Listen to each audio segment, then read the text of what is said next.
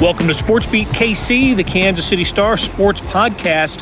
What a busy week in area sports.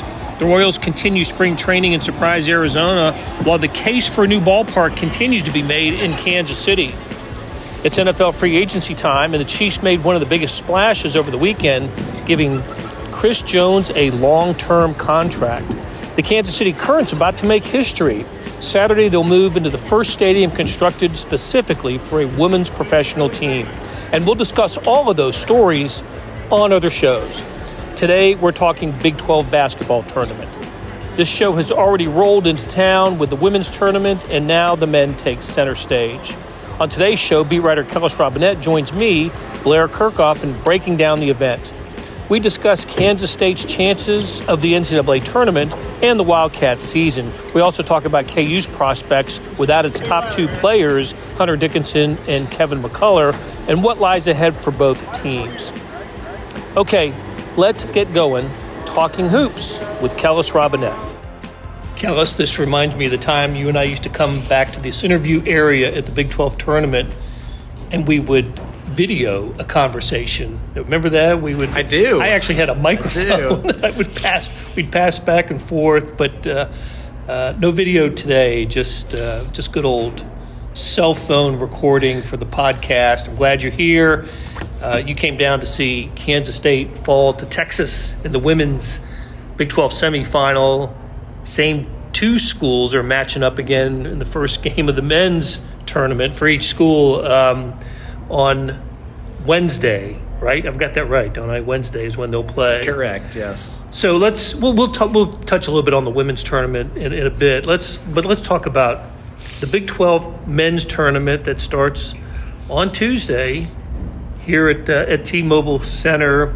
Kansas State is the number 10 seed, and the Wildcats desperate for victories here in Kansas City to become an NCAA tournament team. I think it's a big uphill climb for the Wildcats. What do you think? No, I agree with you totally. They would be on the outside looking in if the season ended today. Most bracket projections do have them on the bubble technically, but they're in the under consideration teams, the 10th team out, the 8th team out. They've really got to win some games here, and the bubble's kind of shifted against them in some ways. I think Indiana State losing in the MVC final hurts. That's another team they potentially have to pass. But the good news is, and you've seen this every time Kansas State wins, is even though they've had stretches this season where they've lost, every Big 12 win is so meaningful that it just bumps them back up. A lot of people, really including me, last week at this time, I thought the only way they could get in the NCAA tournament would be by winning the Big 12 tournament. Lo and behold, they beat Iowa State, and all of a sudden they're right back where they were before they lose a couple games. So these wins mean so much. They count as quad one wins. If they can get 2 wins in Kansas City, that would mean they would beat Texas, which would be another quad one win, and they'd beat Iowa State again to get to the semis. If they could do that, I think they'd be right on the cut line. It would be nervous, but they could go into Selection Sunday thinking maybe we'll be in that first 4, maybe heading to Dayton. If they can win 3 games to reach the final, at that point you're probably thinking, okay, this is looking good. And then obviously if they win all 4, they're in, no question. They've got the automatic berth. The one thing I will caution anybody out there saying they can get there by falling short is I would point to what Texas A&M did in the SEC tournament, I believe 2 years ago, where they were pretty much in the exact same position, reached the final. Everyone said they've won all these games. They look great. They definitely have to be in. They ran out of gas in the final, couldn't close the door. The selection committee the next day leaves them out and says, you know what, we just don't value all that much what happened in the SEC tournament. I would just caution anybody to say maybe that happens again. Maybe they say, you know what, we value the regular season more than these conference tournaments. So that's why if I were Kansas State and I got that far, I would say let's absolutely win this. Well, I'll tell you what, that's a really good point. I'd forgotten about that until you brought it up. But yes, I remember what happened to those Aggies. SEC people were aghast. Yes. I remember, felt that way. Yep, I remember that. But what I'm going to do now is read off some of the schools that basically Kansas State is competing against, not at the Big 12 tournament, but on the bubble, for the bubble. So here are just a few. New Mexico, Villanova, the aforementioned Texas A&M Aggies, Iowa, Wake Forest, Pitt, Providence, Ohio State, Indiana State, St. John's, and Virginia. Okay, that's just about 10 to 12 schools that are, some are on the wrong side, some are on the right side of the bubble right now, based on projections. By the way, I get my projections in a list like this from a website called bracketmatrix.com. Yes, great service. Isn't it a cool site?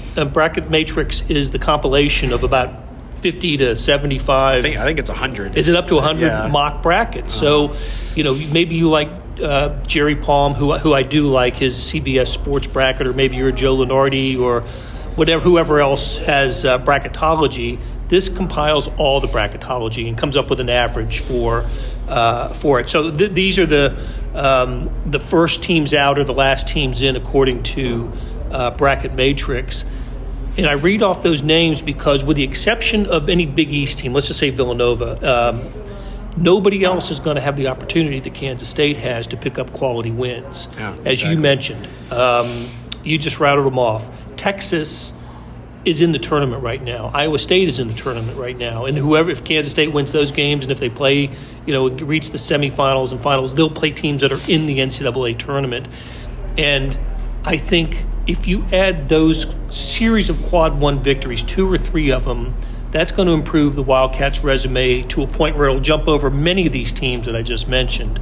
And then it'll be very interesting. As it stands right now, the Wildcats are 18-13, 8-10 in the Big 12, the nation's most difficult conference. I don't know how many quad one wins they have. I think it's 6, but I don't remember exactly. I'll look it's it up. kind of screwy with the whole home and away match, but it is. Yep. They've at home alone. They've cleaned up at home. They beat Iowa State, obviously, BYU, Baylor, Kansas. They beat Villanova. I'm not sure if that counts as quad one or not. It might. And they beat Providence on a neutral floor, which might count as that. I think that would be their 6. It's that.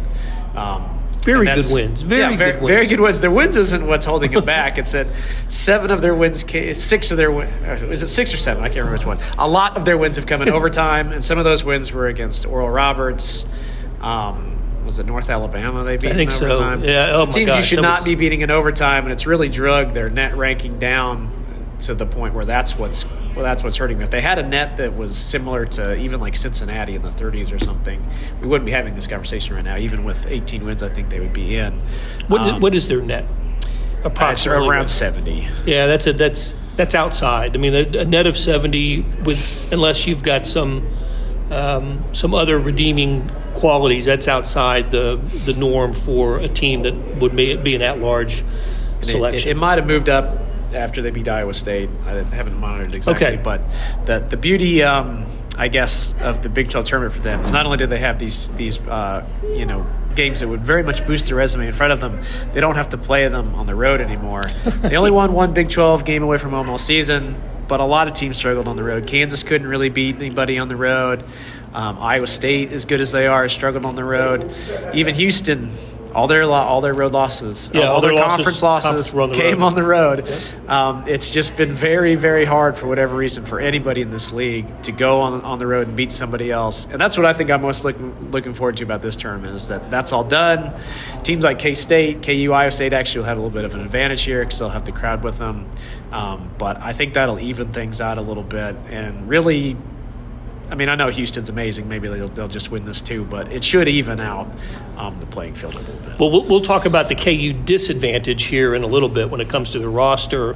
Some news that came down today, but keeping with the Kansas State conversation, I thought early on in the season they had to adjust to not having Naquan Tomlin. And you could tell some of the decisions early in the season were it was a matter of adjusting. But when Kansas State got rolling in January, where they got off to a really nice conference start, a big 3 emerged, right? Kaluma, Perry, and Cam Carter. But often that's kind of what you need. You need a big 3. Kansas State had that, but Tyler Perry the last couple games seems to have disappeared a little bit. And that game he had at Lawrence, dreadful. I couldn't believe that. Then he didn't. even though Kansas State played well overall and beat Iowa State, he didn't have a great game against the Cyclones either. So I imagine the idea is Kansas State is hopeful that he finds his groove here in Kansas City. But what's going on with Tyler Perry? Well, first off, I just looked it up. Kansas State is number 70 on the net on the nose, so we had Perfect. that there. They had it. Nailed it. Nailed it. With Tyler Perry, it's a very interesting question. He has been about he's the quintessential hot and cold player. He goes from game to game. You never really know what you're going to get. From half to half, you don't totally understand. I've seen him go scoreless in a half and still end with 24 points. It's unbelievable. When he flips that switch, it's just on and he's scoring. And for me, I think that makes him one of the better players in the Big 12. I actually voted him onto my second team All Big 12 ballot. I think he's that good. When he's at his best, I think he's better than most players in the league. God, he can shoot. Boy, he's and a second half player as well. When he was at his best, he was killer in second halves of games. He is, and he was. I think the reason you're seeing less consistency from him right now than maybe you saw last year at North Texas, it's two things. North Texas, their offense was very structured. Under Grant McCassin last year, they played very slow. They just wore other teams down, then tried to get him the ball open on the wing late in shot clocks, and he really thrived in those opportunities. He came off ball screens. They did a lot of different creative ways to get him the ball when he was playing off guard. This year he's been much more on the point. They've tried to move some other guys in there and let him hunt for shots off the ball. It hasn't always worked out. And I think just that difference, it's still this late in the season. Kansas State just doesn't have the perfect personnel to suit him. And in certain situations, when they play an opponent who can't, stop that defensively, I think that's one reason why you saw him play bad against Kansas is their guards get after you. Deshaun Harris he doesn't let you have. He's a very good defensive guard. Yes, and when he's on Perry, it's just very hard for him to get up shots when they're just all over him. And Iowa State was the same way, but just to another degree. Every time he had the ball, they came and trapped him. He faced a lot of 2-on-1 pressure, not even just 1-on-1 really good defensive pressure. So when other teams are looking to shut him down, he's maybe a little bit too passive, looks to distribute more than shoot. And I think that's what has happened the past two games. But you are absolutely right. He needs to figure out a way to score in bunches if they're going to make a run in the Big 12 tournament. And I would say, as good as it's been to have a Big 3 this season, I think if they really want to get to where they need to go, they need to have a Big 4, and that means David Gasson coming off the bench and giving him 10 points every game. Heard there was the one more year chant for old David Gasson. There was.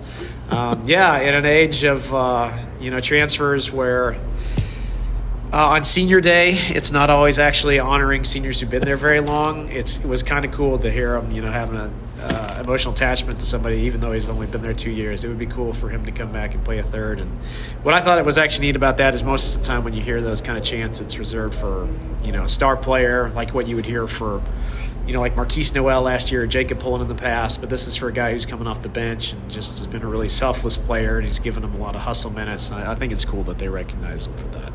He's my favorite Dutch college player. Without a doubt. Though I think is Jesse Edwards, that's his name, right? He plays for West Virginia. Yeah. I believe he is also from the Netherlands. So, but yes, I'm with you. You gotta love anybody from the Netherlands who can play basketball, and he doesn't. We had a conversation in the Wildcats locker room in Greensboro last year in the first and second round. We were talking about Johan Cruyff, the great Dutch soccer player, and he was breaking down Cruyff's game. And oh wow! So that was fun. So Kansas State opens up against Texas in the Big 12 tournament, and Jerome Tang's second year. It'd be hard to. It would have been hard to imagine Kansas State, given the players they lost, including Tomlin before the season. You mentioned Noel and Johnson, that they would have matched an Elite Eight type of season this year.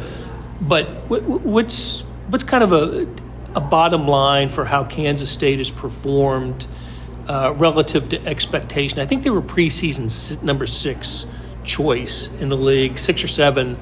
And they're going to be the 10 seed Is this a little bit of a disappointment, or does it depend on what they do here? Let's just say, for argument's sake, they don't make the NCAA tournament and they're hosting a game or two in the NIT. But how would you label this season? That is a great question, Blair. I think if you were judging it just on the regular season, given the setbacks they've had on their roster, you'd probably say it's a mild disappointment. I don't think fans are, mad at Jerome Tang or think he did a bad job this season.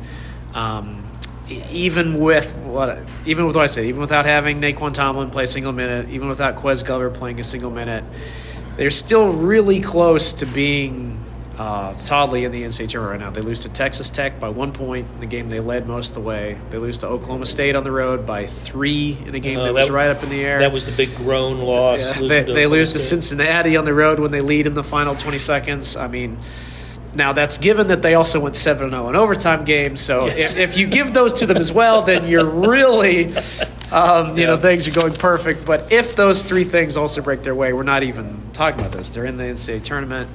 Again, if they go 500 in those overtime games, then maybe we're saying this is a disappointment. Yeah. So you can frame it any way you want. But I think given what we've talked about, they only really trust 7 guys on most nights. They've got a big 3, but they're never all that consistent. I don't know that if you'd have told people preseason you weren't going to have Tomlin or Glover and you'd still win 8 games in the conference, I think most fans would say, well, you know what, that understandable. I don't like it, but, I get it. Now, if they'd had this record with Tomlin and Glover, then it'd be a different story. But you see the numbers that Tomlin's put up at Memphis. I mean, they could use another 15 points a game. If they can get that, then it's a different story. But it will be interesting looking ahead next season because, last year they had dudes. This year they don't have they need a few more. So they need to go out and in the recruiting trail, hit that transfer portal and see if they can upgrade in a few spots. Yeah, you mentioned the wild and crazy statistic, the overtime success. Jerome Tang is 12-0 in overtime games in his career. But also, I just think when they had that stretch of 7 losses in 8 games, the one win being the overtime win over KU at home, they lost 7 of 8. If there's just 2 of those games had gone their way, then you're looking at 10-8 instead of 8-10 in the conference. Absolutely. And you're looking at 20 wins by now, 20-11. You are in the tournament. You wouldn't even have to come to Kansas City and win a game, I don't think. But that's just how narrow this season has been for the Wildcats. Let's talk a little bit about the conference, though. I go back to Bracket Matrix. They've got 9 Big 12 schools in the tournament. They've got Houston as a 1, Iowa State as a 2, Baylor and KU as a 3. Let's hold on and talk about KU in a second. BYU a 4, Texas Tech a 7, Texas an 8, OU a 9, and TCU a 10.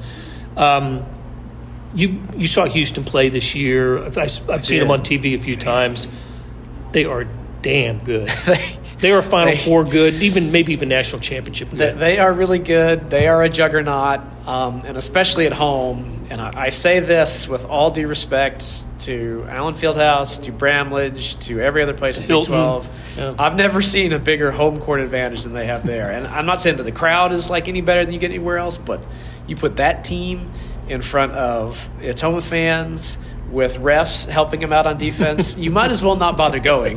Like that, I've never been to a game really before where just 2 minutes in, I was like, well, this it's lost. It's a lost cause. That's how I felt watching the Kansas State game. And I'm sure the KU fans felt that, maybe 30 seconds into watching their game? Yeah, Saturday, yeah. I'd never seen KU in a game where they're down 30 points in the first half. And, yeah, Houston, they play – the half-court defense they play with is – astonishing. It's just like a death trap. You can't. They smother you. Yes, they smother you. If you're open, you might as well shoot it because if you pass, you're just going to end up turning it over. It's crazy, and they still have an efficient offense too, which is the most impressive thing to me. Is they're not going to come out and outscore you and drop 100, but their efficiency numbers are good. I really like LJ Cryer, Jamal Shed. I mean, that was the easiest choice for Big 12 Player of the Year I've ever seen. I mean, he just killed it on both sides of the court. And I like to think some other teams have a chance this week, just because it's a tournament setting, 3 games in 3 days. Maybe that defense breaks down a little bit and that they lose somewhere. But it's going to be tough for anybody to take them down. I think the only team that has a real shot at Houston here in Kansas City would be Iowa State, the 2 seed, and only because Iowa State beat Houston in Hilton earlier in the year. I think that was Houston's first loss. It may have been their first loss overall, but Iowa State in this building is phenomenal. Absolutely, They perform over and above their regular season when they come here, and that game's going to be a rock fight too. So nobody's running away from the other. No. It's going to be like 60-58 winner. I could see that. I would say I think Baylor, under the right circumstances, could win it. I actually like their path because we haven't talked about them yet, but their first game, they're either getting Cincinnati, West Virginia, or Kansas, or a wounded Kansas team. Very wounded. Yeah. I would imagine they win that game pretty easily. Yep, handily. And then if they advance, they get to play Iowa State or K-State or Texas. And those teams are just going to be coming off an absolute war. Good point. So beating Iowa State in this arena on one-day rest, not easy, but Baylor would have a slight advantage in some areas there. So I would give them a chance. The only fear I would have with Houston is that they did lose to TCU this season, and they needed a last-second shot to beat Oklahoma. That's who they would play in the first round. I mean, I'm stretching here. I don't think either of them can beat them, but that would be the only thing that would worry me about Houston. I think I'm right about this, that this building, T-Mobile Center, has been host to Sweet 16s in 2 of the last 4 years or 5 years. It was 2019 and then last year. Houston was in both of them and lost their first game both times. Oh, wow. You're right. You're right. They lost to, I think it was Kentucky in 2019. That was the year that Auburn came out of here to go to the Final Four. And last year, I want to say it was Miami, right? Yeah. that knocked them. Nigel Pack. Yeah. Played really well. And then Miami came out of here to emerge to go to the Final Four. So Houston. That's right. We had Houston and Texas in here for the NCAA Houston looking for its first victory in this building. So we mentioned this earlier in the episode. Kansas, we found out today that Hunter Dickinson and Kevin McCullers will not play in the Big 12 tournament. Bill Self announced it on his radio show. They will play in the NCAA. Of course, that's what being Kansas is like. They can talk about saving them for the NCAA because they know that they're in it. I don't think that there'll be a number 3 seed, which is what Bracket Matrix have them. I think there'll be a 4. But anyway, how good could Kansas be without Dickinson and McCullough? They're looking at a starting lineup right now: KJ Adams, Furphy, Timberlake, Elmarco Jackson, and Dwan Harris. Well, I think not playing Dickinson actually opens up some interesting things for them. Some possibilities, huh? I mean, it really does. I like KJ Adams at 5. He did it all last year, and they were a number 1 seed in the tournament. I mean, he can do it. I think they could spread the floor and go small, make some threes. I would expect him to beat either Cincinnati or West Virginia. Now then it would get tricky against Baylor and moving forward. What you really miss is McCullough, just because he's the one guy when things aren't going right, you can give it to him late in possession and he'll try to go get you a bucket. Without him, I don't know. That's been their whole problem all year when he's not in the games. They don't have anybody who can do that. And Dickinson, that's been their thing all season, is when they're in a bind, just throw it into him and hope he can make a hook shot. I actually think maybe I'm being too optimistic here, but I think not having him in there could, like I said, maybe it opens up some things. It'll be interesting to see. Maybe they score in different ways. Yep. I'd rather have him at the NCAA tournament than not. I'm not saying you don't want him out there, but McCullough being out worries me much more than Dickinson. Both of them being out, I don't know if there's a number you could put on their future that would make me bet them to win this thing.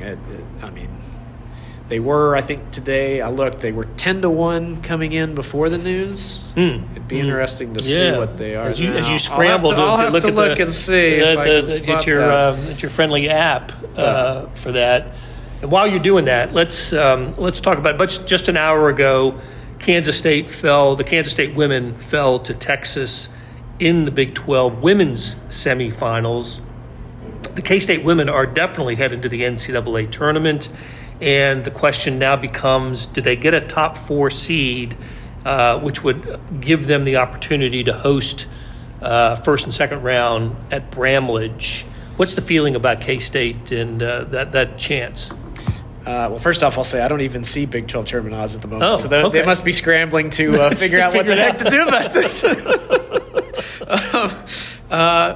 But the women's team, yes, I think it's an interesting scenario for them. Are they one of the best 16 women's teams in the country? Yes, I think absolutely. I think so, too. And I don't think losing to Texas hurts that. I mean, they played them really tough. That fourth quarter was very entertaining. Yes, they took the lead with a couple minutes to go. Yeah, I don't lost by 7. Yeah, I don't hold that against them, really.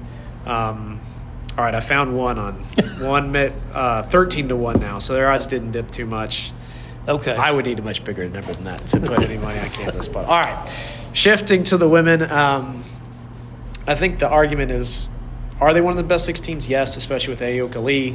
They played 7 games without her this season, and even when she was back, she was at limited health. Now she looks much healthier. She had 25-10 tonight against Texas. Take that all into consideration. If you're just awarding the best 16 teams, then yes, I think they should be a 4 seed. They should be playing in Manhattan. They get to host games. It'd be really cool. The question is, does the selection committee look at it that way, or do they try to give it to the best 16 resumes out there, regardless of health and other factors? If that's the case, then they're going to be right on the edge. Maybe they get left out. I'm biased here. I hope they get to host. That would be really cool. I think they deserve it. But if Kellis gets to sleep in his own bed. Yes, that would be fun. But I mean, it's just a cool thing. That's the difference between the men's tournament and the women's tournament. The women get to host, and they would have great crowds. Yeah, at Bramlage. Great crowds. A great crowd. And the one knock on K-State basketball over the past two decades is they've had some really good, exciting teams over the years, but just for whatever reason, they get the NCAA tournament, they bow out early. I think even under their best times under Deb Patterson, they only got to the Sweet 16 one time. You got a great team here right now, great center.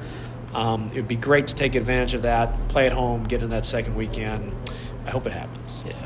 Well, it's a fun time of year. It's a great time of year. March in Kansas City, the Big 12. We're going to lose Texas and Oklahoma after this year, but then the Big 12 brings in Arizona State, Colorado, and Utah. It's going to be a monster tournament next year. I don't know how they're going to break. I guess we'll talk to Brett Yormark and see if there's any thought about how the bracket's going to go. I don't know how you do a 16-team bracket. We'll see.